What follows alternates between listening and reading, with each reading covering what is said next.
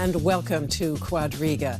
Donald Trump stunned the world last week with yet another decision that breaks with long-standing U.S. policy and with the positions of trusted American allies. Within hours of his announcement that the U.S. is formally recognizing Jerusalem as Israel's capital, U.S. flags were burning in the Gaza Strip.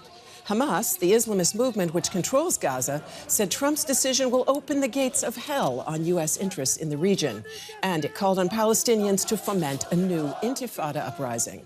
At a summit hosted by Turkish President Erdogan this week, Muslim leaders called on the world to officially recognize East Jerusalem as the capital of Palestine.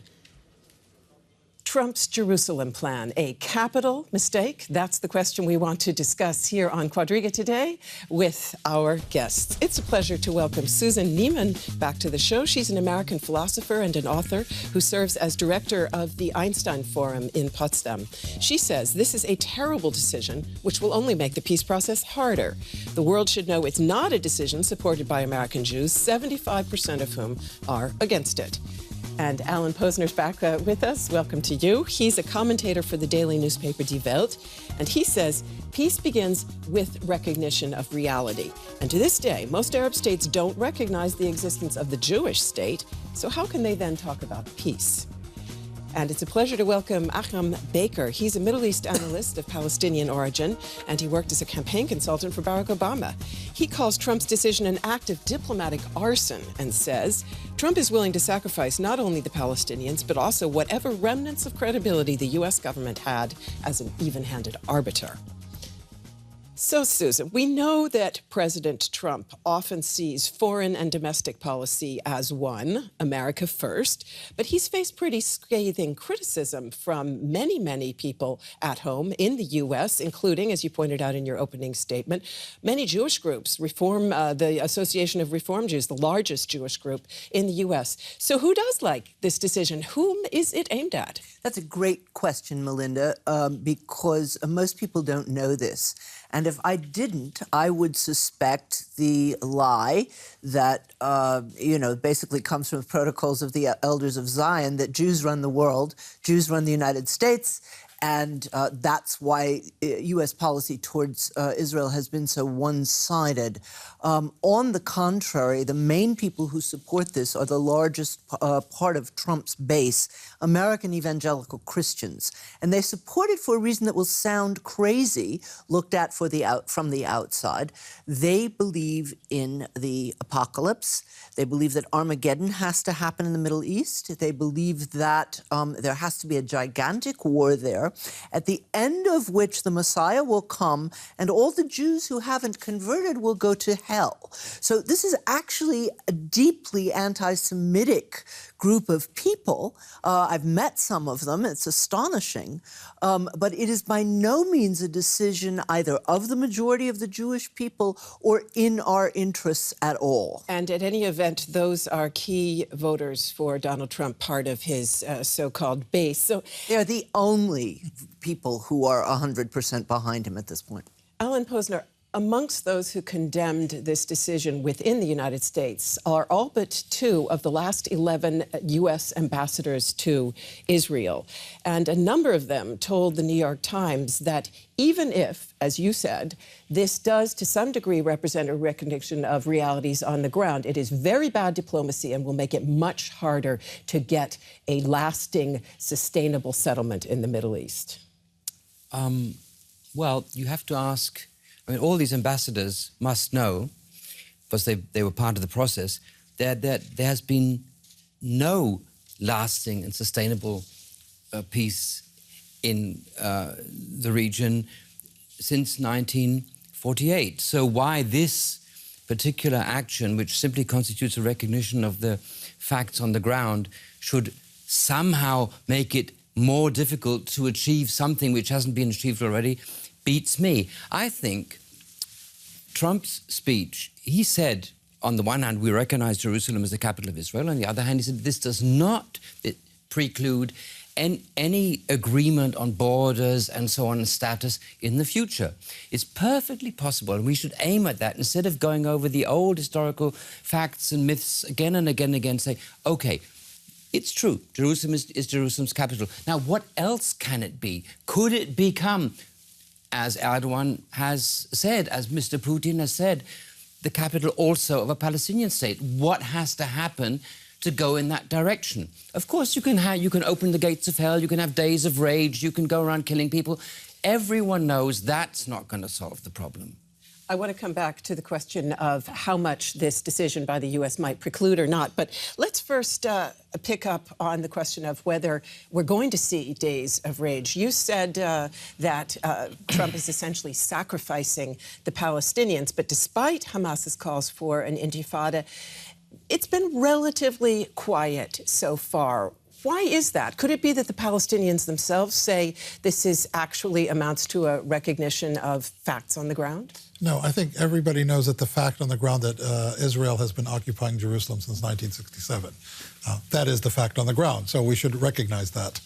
The whole calling of days of rage is nothing but a lot of polemic.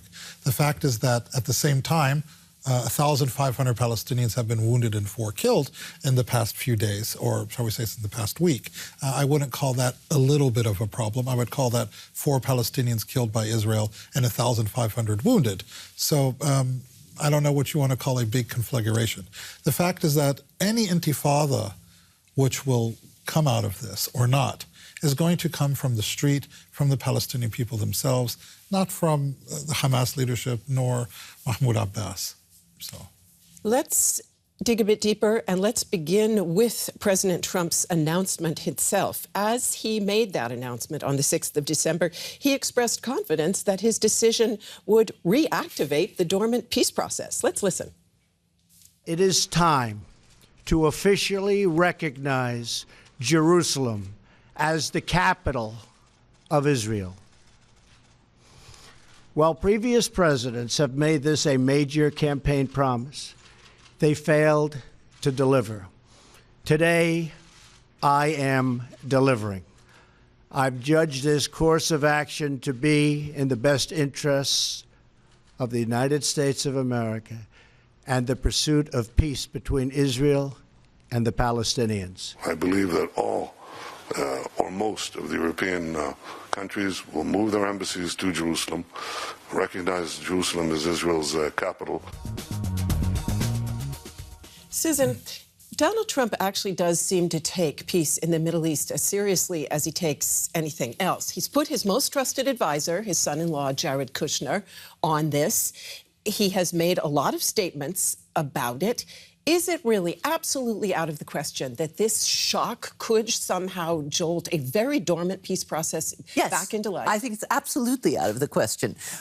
First of all, because, I cannot even call this a diplomatic decision, right? A diplomatic decision might have told Netanyahu, I will do this if you will absolutely stop further occupied settlements.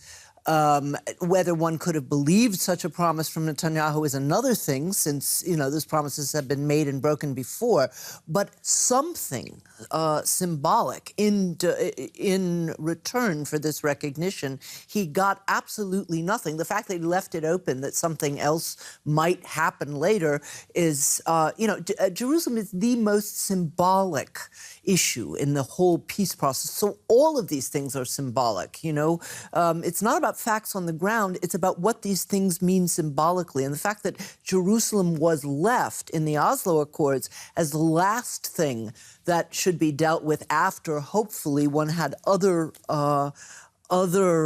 moves towards peace is something that he seems to have no clue of. Jared Kushner, the people that he has appointed as part of his so-called peace initiative, from his son-in-law to his ambassador, are about the least informed and the most prejudiced people he could put there. So no, I don't believe him for a second. The other thing that's been pointed out about that picture, which we just saw, which I think is really important, look at the iconography of that picture. He's surrounded by a Christmas tree, and he's got Mike Pence, who is his tie to the evangelical base, in the background. There's nothing Jewish about this. There's nothing peaceful about this. This is, he's made a deal of saying we can say Merry Christmas again. This is a Christmas present to the evangelicals. So I want to come back to the status of Jerusalem. We have a piece on that that we're just going to show in a minute. But Alan Posener, Netanyahu, we heard him there, he came to Europe this week to make his case for the Europeans to follow in the U.S. footsteps, and he was, in fact, roundly rebuffed. The U.S., with this decision, has definitely isolated itself once again. Doesn't that make it harder for Jared Kushner to do his job of getting peace in the Middle East? Well, Jared Kushner was never going to succeed anyway. I totally agree with what Susan said. I mean, come on. Donald Trump going to create peace in the Middle East? No, no. But not even Jesus could do it. Now, Jesus might. No. He failed miserably. Now, look, that's not going to happen. So just to come back to Europe, I'm by no means sure that Europe will that no European embassies will be moved to Jerusalem. I think the Hungarians might. I think the Poles might, and if only to snub the Germans. I mean, no one wants to do Israel a favour. No one wants to do the Jewish state a favour. No one wants to do the Palestinians a favour. It's not about that, right? Quite right, Trump has his political agenda. So do the Hungarians, so do the Poles, so do the Czechs. This is the tragedy of the Middle East. This is the tragedy. Everyone's cooking their own pot of stew on the fire of that conflict. But as I say, I would be very surprised if no European country actually followed the USA. Very surprised. The fact is that if we want to talk about peace, there is no state of equilibrium here. There is an occupier, which is Israel, and an occupied, which is the Palestinians. And the fact is that the one party that can make a difference, who can actually end this conflict tomorrow by ending their occupation of Palestine, is not doing it. All they are doing is perpetuating the occupation. They have been doing it on an accelerated basis ever since the peace process, the modern peace process, started in Madrid in 1991. And what Trump is doing, Trump does not care. I completely agree with Alan. He does not care about Israel. Jared Kushner is a supporter of settlements. I mean, he has given donations to right-wing illegal settlements. We're really going to trust this guy? The fact is, Trump is playing to his base. He's trying to deflect from his domestic problems and the Mueller investigation. But we come back. Who can change it? The European Union could change it by putting sanctions on Israel, because they are the largest trade. I want to ask you a bit about Europe later on, but let me ask you now about the Arab states' role in all of this, because you said in your opening statement that the U.S. has essentially taken itself out of the game, out of the ability to be an even-handed arbiter. It seems that many Sunni Arab states would agree with you. They said at this week's summit in Turkey that they think the whole thing should be put in the UN hands, that the U.S. essentially isn't qualified anymore. On the other hand, we've seen the U.S. recently cozying up to Saudi Arabia, and we have seen, interestingly enough, a rapprochement between Israel and a number of moderate Arab states, including also Saudi Arabia. So looking just at realpolitik, how important are the Palestinians really to the rest of the Arab world? Aren't they perfectly ready to sacrifice Palestinian interests for the sake of a broad front against Iran? Oh, I can answer that very quickly. Is the Arab leaders, especially the ones who are supported by the West, have absolutely no love for Palestinians or Palestine. The same ones who are supported by the Chinese and the Russians, the same thing goes for them. Yeah. We're talking about the leadership. However, the people of the Arab world and the people of the Islamic world and a high number of Christians, also Arab Christians, care very deeply about the Palestinians and very deeply about Jerusalem. Now, whether there's a rapprochement between Saudi Arabia and the United States, I mean, they're one and the same. I wonder why we're calling Saudi Arabia a moderate state when it's the most reactionary of all of the Arab countries. We support, exactly. Yeah. Do you think, Susan, do you think that this move by Donald Trump, Saudi Arabia has said a few somewhat strict things since he made the announcement. Do you think that this could cool off that budding friendship between Donald Trump and his sword-dancing hosts? Look, I'm not privy to what they say to each other in private, so I have absolutely no idea. I agree with Alan and Akram that the interest of the Palestinians has always come last on these leaders' plates, so I don't know. I really do want to say something, though, because you didn't identify me in the beginning. I am not just a Jew, I am also a citizen of the State of Israel, where I lived for 5 years and was professor at Tel Aviv University. And I am saying this as someone who not only knows something about the Middle East, but as someone who is committed to being a Jew and committed to there being a just peace and the existence of the State of Israel. But I'm a Jew who goes back to the prophets and thinks about universal justice, which has been sorely missing in the State of Israel for a very long time. So thank you very much. And in fact, Israel's claim to Jerusalem also goes back to the time of the prophets. As we know, there are multiple claims to the city of Jerusalem. The UN said this week that it stands by its position that the status of Jerusalem must be determined through a comprehensive solution negotiated between the two sides. UN resolutions going back decades aim to resolve the competing claims to Jerusalem. Jerusalem is a holy city for 3 world religions. The Jews have the Wailing Wall here, Muslims the Dome of the Rock and Al-Aqsa Mosque, and Christians the Church of the Holy Sepulchre. These sites are only a few hundred meters and yet worlds apart. The city's current status is a consequence of the Six-Day War in 1967, when Israel occupied the city's eastern part and in 1980 annexed it. Both Israelis and Palestinians claim Jerusalem as their capital. The international community has refrained from taking a clear position. No country has opened an embassy in Jerusalem so far. Who can lay claim to Jerusalem?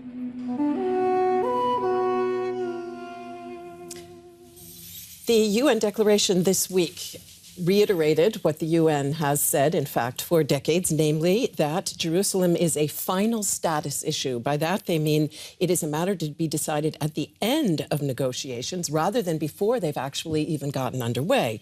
So in tactical terms, Alan, isn't this rather an odd move by the great dealmaker, Donald Trump, who, in fact, as Susan said earlier in the program, is giving away the very thing that might be able to extract concessions from Israel at the very outset? Well, look, first, Donald Trump isn't the great deal maker. Secondly, he's not giving anything away because Jerusalem has been the capital of Israel since 1950. Everyone who's ever gone to Israel, every head of state, including Arab heads of state, including Anwar Sadat, when he came on his historic mission to forge peace between Israel and Egypt, a peace which has lasted to the present day, by the way, he spoke in the Knesset in Jerusalem. So the question, there is no question that this is the capital, and if there ever was a question, that has been decided by history. Now, whether Jerusalem can, beyond that, be also the capital of a Palestinian state, that is something which indeed should and must remain open for the reasons that you stated. It is, of course, very important for Arab nationalism, and the Palestinians have a right to a state of their own, and they have a right to a capital city, and why should it not be in Jerusalem? That this whole question has nothing to do with what Donald Trump, as I say, not the great deal maker, did. What he did was say, let's not pretend that I have anything to give away. Let's not pretend that it will ever be in question that Israel's capital is Jerusalem. Let's get on to the real issues. And I think he's right. He may not see them in the same light as we do, but he's right. So two aspects there I'd like to pick up on. Taking the latter one first, Akram, the Trump administration does in fact say that its decision doesn't necessarily predetermine Jerusalem's final borders or its status. Could the eastern part of the city still indeed become the capital of a Palestinian state, or would you say that that is, at least in reality, no longer truly feasible? The problem is that East Jerusalem is being strangled by Israel this entire time. It is being strangled off with settlements. It is being encircled. East Jerusalem residents are being kicked out. They are not being allowed into their home. So Trump may say, oh, well, some point down in the future, it may be a Palestinian state. If he wanted to do something sort of equal-handedly, he could have said, West Jerusalem is the capital of Israel, and East Jerusalem will be the capital of the future Palestinian state. Then I would have said, well, you know what? That's an interesting thing. That's acceptable. But this whole thing of reality, this whole canard, the fact is that might does not make right. And Kuwait is not the 19th province of Iraq either. And we went to war for that, if you can remember. So let me pick up on that, because that was the first point that Alan made. And that's essentially this long, long argument about facts on the ground versus law. So Susan outed herself a moment ago. I'll out myself, too. I studied law, and my first legal essay for the International Law Journal at Harvard University was on the status of Jerusalem, because it had just been annexed officially by Israel. So I say this with some pain, Susan. The fact is, international law is often recognized more in the breach than anywhere else. So does it matter? Yeah, it does matter, because Jerusalem is the most symbolic piece of the conflict. And I got a lot of lawyers in my family, too. I didn't become one, but they were good lawyers, and so I respect. In fact, my uncle was a professor of international law at Harvard. So I respect, very much the things that international lawyers can do. I understand that it's fairly little, but what we have now is no functioning international law. My own preference would be that Jerusalem be an international city. It is of great holy significance to 3 different religions. That would be what I would go for. How one ever gets to that is another problem that I don't want to discuss, but it makes a gigantic symbolic difference. As Akram said, if he had said 2 capitals for 2 peoples, who would have agreed? Although it's not my absolutely preferred situation, but he did not do that. We have just a few minutes remaining, so let me ask all of you to address the 2-state solution. We heard the chief negotiator for the Palestinians saying after this decision, this is the death knell for the 2-state solution. It's never going to happen. Do you think that's true, Alan Posener? The Europeans say that's still their preferred path forward. Are they clinging to an illusion? No. The 2-state solution has to happen because it's the only solution which gives the Palestinians at least part of what they want and enables Israel to remain as the Jewish and democratic state. In the sense that it's the home of the Jewish people, not in the sense that it's a religious state, not unlike Iran, which is an Islamic state. So, and it's interesting talking about Iran that the one state which refuses the 2-state solution is Iran itself, because Iran thinks if we had one state, Palestine, the Jews would be marginalized, they'd be a minority, they'd be swamped then, and we'd have a situation like in Lebanon or in Syria, and so on. That's what they want. So it's obvious the 2-state solution has to happen, and that this fact remains whether Mr. Trump says that Jerusalem is the capital of, recognizes that Jerusalem is the capital of Israel or not, whether anyone recognizes it or not. This has to happen, and it will happen, but it won't happen tomorrow, it won't happen in a year, and it won't happen in 5 years. Akram, is a Palestinian state really still feasible, given that patchwork that has been created by the settlements? Or would the Palestinians be better off at this point simply saying, we want equal rights within one state? I personally believe that Israel has very much succeeded in killing the 2-state solution. There is no more land anymore. And I personally, for one, truly believe in the 1-state solution because I believe in democracy. I believe in a modern, Western liberal democracy where a country is for its citizens, whether it be Jew, Muslim, Christian, or atheist, where there's one man and one vote. And if Israel claims to be a democracy, then it should say, and we want the settlements and the settlers to say, I say, fine, let everybody live where they want to live.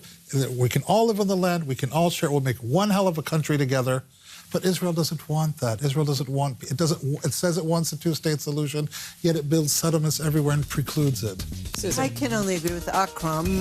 My friends who are on the ground there in Israel and Palestine and actively working, you know, have the same view. I mean, actively working for a just peace and an end to the occupation. You know, think there's no land left on which to build what would, you know, be a coherent, decent, independent state. But I agree, unfortunately, also with Akram. I don't see that the state of Israel is moving in any direction that would help that. Thank you very much to all of you for being with us today. Thanks to you out there for tuning in. See you soon.